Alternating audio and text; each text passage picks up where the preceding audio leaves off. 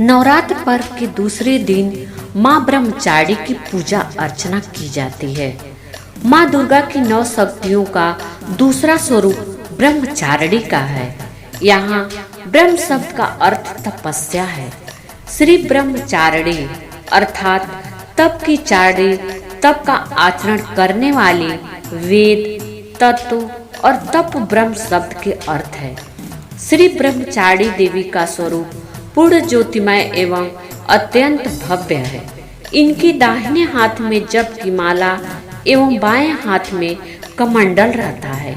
अपने पूर्व जन्म में जब ये हिमालय के घर में पुत्री के रूप में उत्पन्न हुई थी, तब देवर्षि नारद जी के उपदेश से इन्होंने भगवान शंकर जी को पति के रूप में प्राप्त करने के लिए अत्यंत कठिन तपस्या की थी।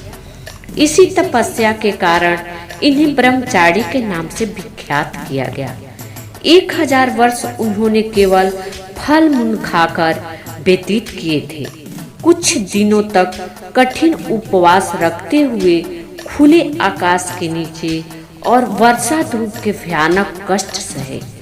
इस कठिन तपस्या के पश्चात 3000 वर्षों तक जमीन पर टूटकर गिरे हुए बेल पत्रों को खाकर वह भगवान शंकर जी की आराधना करते रहे। इसके बाद ये बेल पत्र भी खाना छोड़ दिया।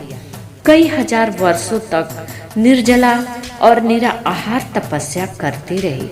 माता ब्रह्मचारिणी देवी का पूर्व जन्म का शरीर एकदम क्षीण हो गया था।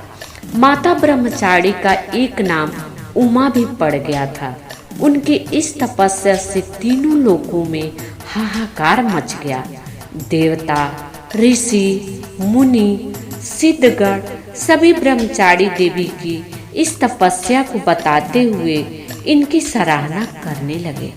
अंत में पितामह ब्रह्मा जी ने आकाशवाणी के द्वारा उन्हें संबोधित करते हुए प्रसन्न होकर कहा, हे देवी, आज तक किसी ने ऐसी कठोर तपस्या नहीं की थी।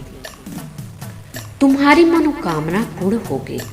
श्री शिव जी तुम्हें पति के रूप में प्राप्त होंगे।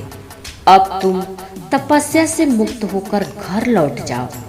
शीघ्र ही तुम्हारे पिताजी तुम्हें बुलाने आ रहे हैं। माँ दुर्गा जी का यह दूसरा स्वरूप भक्तों और सिद्धों को अनंत फल देने वाला है।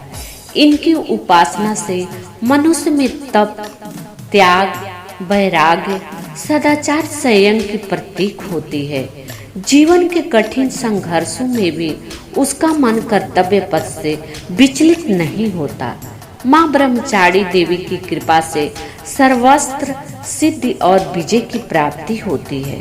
श्री दुर्गा जी के दूसरे दिन इन्हीं के स्वरूप की उपासना की जाती है। जय माँ ब्रह्मचारिणी माता।